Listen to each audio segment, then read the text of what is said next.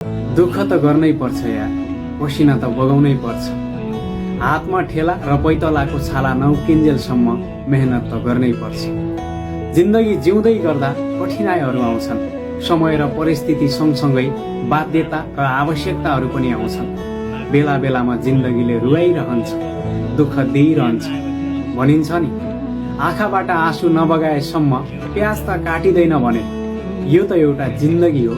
बेला बेलामा दुःख नपाएसम्म, कठिनाइ नझेलेसम्म, बाध्यता र आवश्यकताको सामना नगरेसम्म यति सजिलै जिन्दगी कसरी कट्न सक्छ?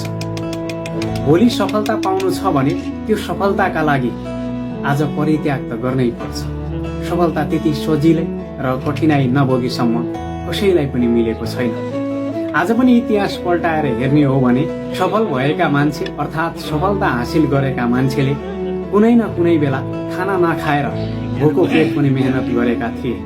घाम असिना पसिना केही पनि नभनेर दुःख गरेका थिए, अनि मात्र सफलता हातमा आएको थियो। भनिन्छ नि, गलत पासवर्ड हान्दा मोबाइलको लक त खुल्दैन।